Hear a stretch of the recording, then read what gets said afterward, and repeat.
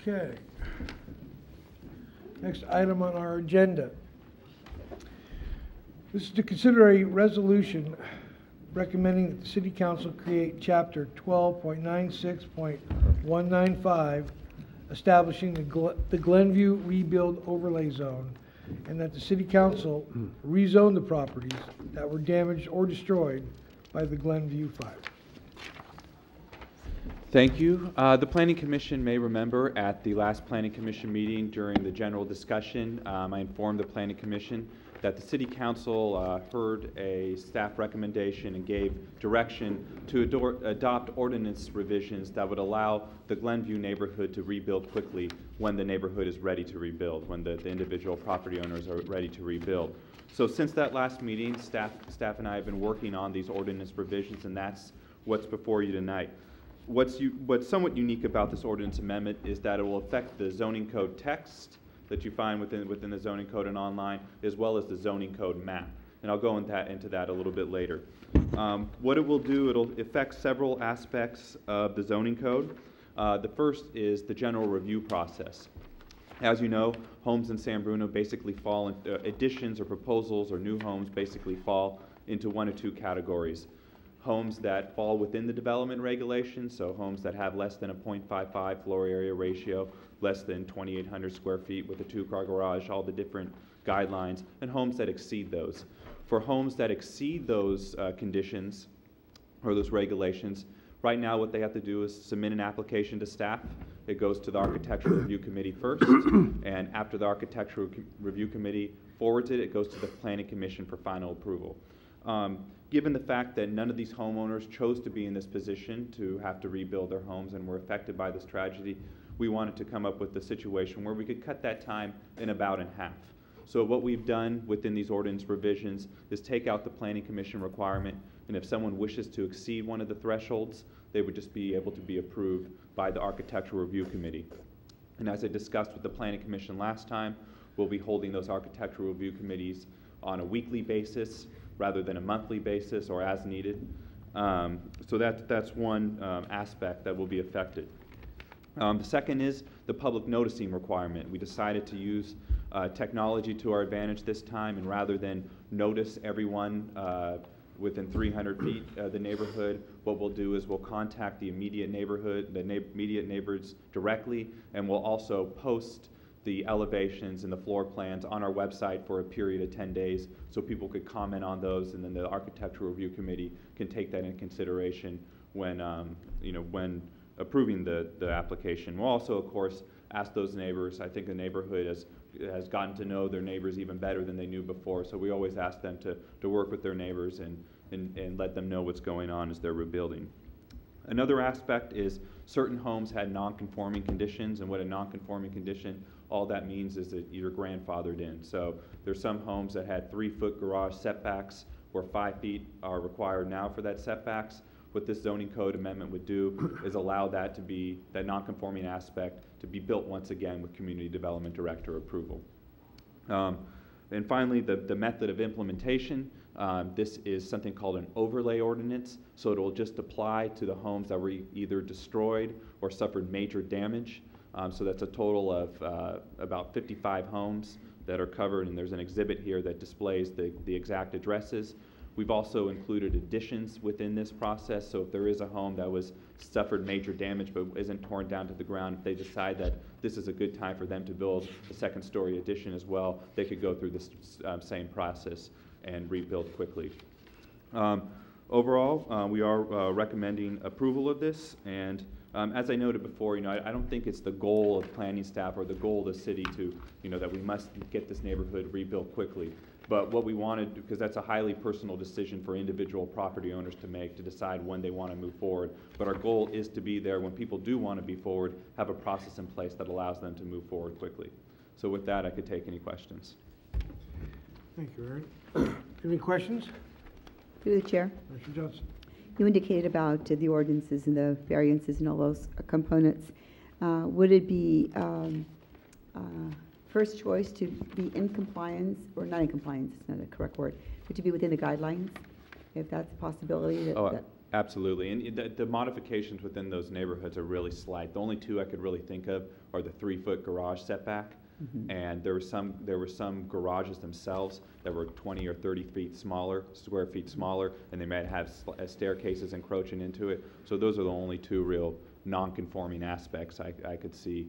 And I've already seen a couple of them, that they're preliminary plans, and most people want a 20 by 20 garage. And because of new building code requirements related to windows, and we can't override the building code because that's a state requirement, a lot of people will be setting their homes back 5 feet anyway.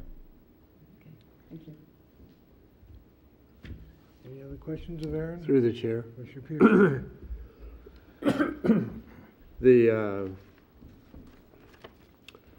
The appearance of this area and particularly during the rebuilding, is going to have a potentially dramatic effect on how other people perceive it, not only with interest in neighboring properties, but in possibly purchasing rebuilt properties.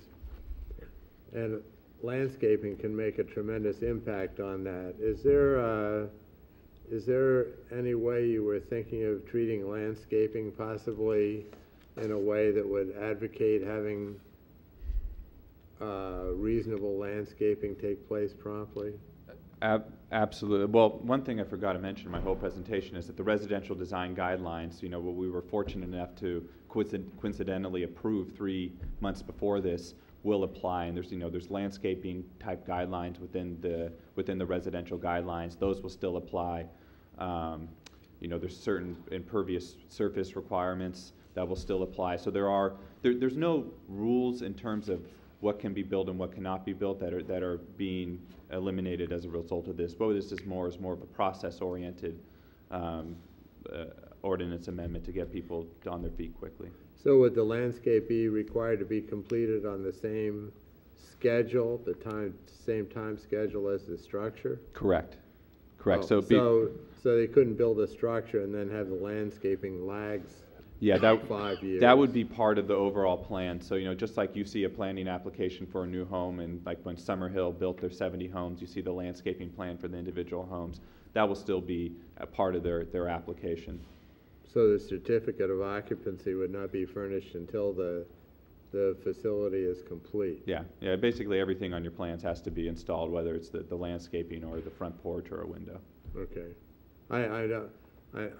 If my phrasing sounds sort of tough, that's not my purpose. I'm just thinking of the effect on the neighbors and so on. Okay, the next thing is, I'm looking at this map, and it just occurred to me that while these people have had a terrible tragedy visited on them, they're getting a substantial benefit.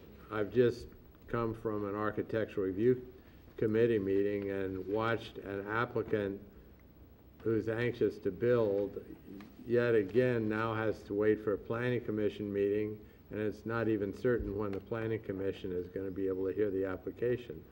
So I'm looking at, say, one house within the area designated on this plan could have, say, a 3-month time frame of getting their permit to build, and the one next door could take 6 months, right? Yeah. I don't even know what the answer to this question is, but the question is this: would it not be reasonable to allow other properties within 100 feet radius of this outline to be able to take advantage of this process? I mean, I would stick with this only because it becomes arbitrary when you go beyond that, whether it's 100 feet or 200 feet. Right. So I think our goal is the people who were directly impacted by this. The people who have, there are another 3-4 dozen homes that were impacted by this. They're green tagged, as we call it, that they're still allowed to live in there, but they still have to do some damage. But in general, these are the homes that were really significantly impacted or completely destroyed. And so those are the ones that we want to be there for and have an expedited permit process for them when they're ready to build. Through the chair? Commissioner Peters? Yeah, I'd like to compliment staff on this because I read through this and it really does clearly state your intention and it really spells it out pretty clearly. And I agree with Perry that this is going to move things along for folks quite a bit, so job well done. Thank you. Okay, any other comments by the commissioners? One other comment. This is almost like a new subdivision in a way. And I was looking at some of the houses on Glenview that are now, there's no landscaping between the street and the houses, and it really makes a huge difference. And there's a possibility of looking at that group of houses, the 991 to 941, as a group, and how the landscaping there would have an impact on how the entire street looks, because that's like on the order of a half a block, and then the people across the street essentially are looking at the existing conditions, which are not as attractive as they could be.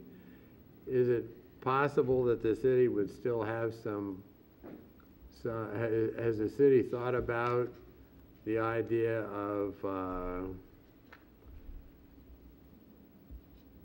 interacting with the residents to produce a more attractive renewal of the area?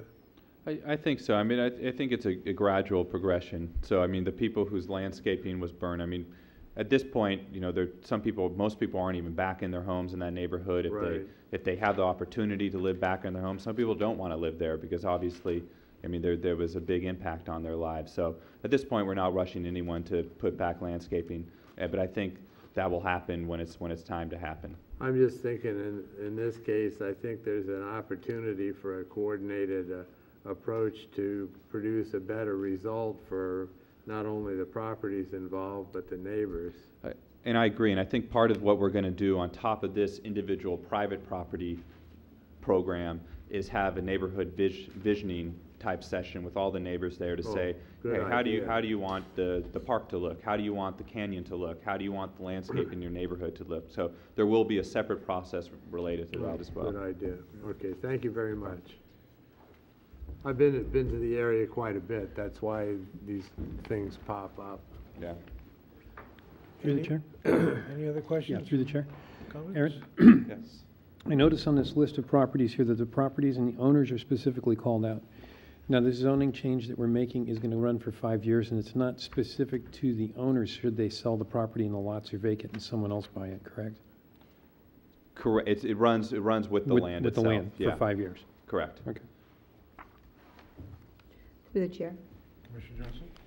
Have you seen, Aaron, whether is there anyone stepping to the plate to look at, is this more of a development from a developer point of view, or are people, what's your sense of people going towards, private contractors? Generally, Has that yeah. been discussed? Yeah, generally what people are doing is hiring individual architects right now, interviewing 2 or 3 architects to see what different conceptual plans they could put together rather than taking, one person doing it all.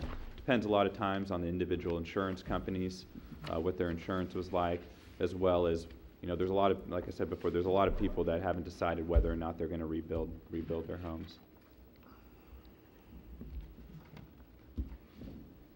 Okay, any other questions? Comments? Okay, I'll just make one. Staff has done, in my opinion, a very, very admirable job on this whole entire situation, from September 9th up to the point where we are at today, and you guys should be, noticed for that. You guys have done a really good job. Thank you. Thank you. Okay, so how do we want to go about doing this with the with the reading? Do I have to read the whole entire resolution here, or? No, you could waive the reading and introduce a roll call vote. Oh, that's right, public hearing. Thank you. That's right. Okay, at this time I'd open it up to the public. Anybody from the public wishing to comment on this particular item? You can step to the podium and state your name. Going once, going twice. Okay, thank you very much. It's closed. Move we close the public hearing. I did move that we closed it. Oh, Thank you. very good. That was fast. Well, nobody was rushing up there. Was that too fast? No, no. Right, so, if we can waive the reading, that would be That's fine. advantageous. We'll just go for a roll call vote. All right. Commissioner Samut. Aye. Commissioner Marshall. Aye. Vice Chair Peterson. Aye. Chair Chase. Aye. Commissioner Johnson. Aye. And Commissioner Biassadi. Aye. Perfect. Motion passes 6-0. This will next be heard a week from now at the City Council meeting. Very good.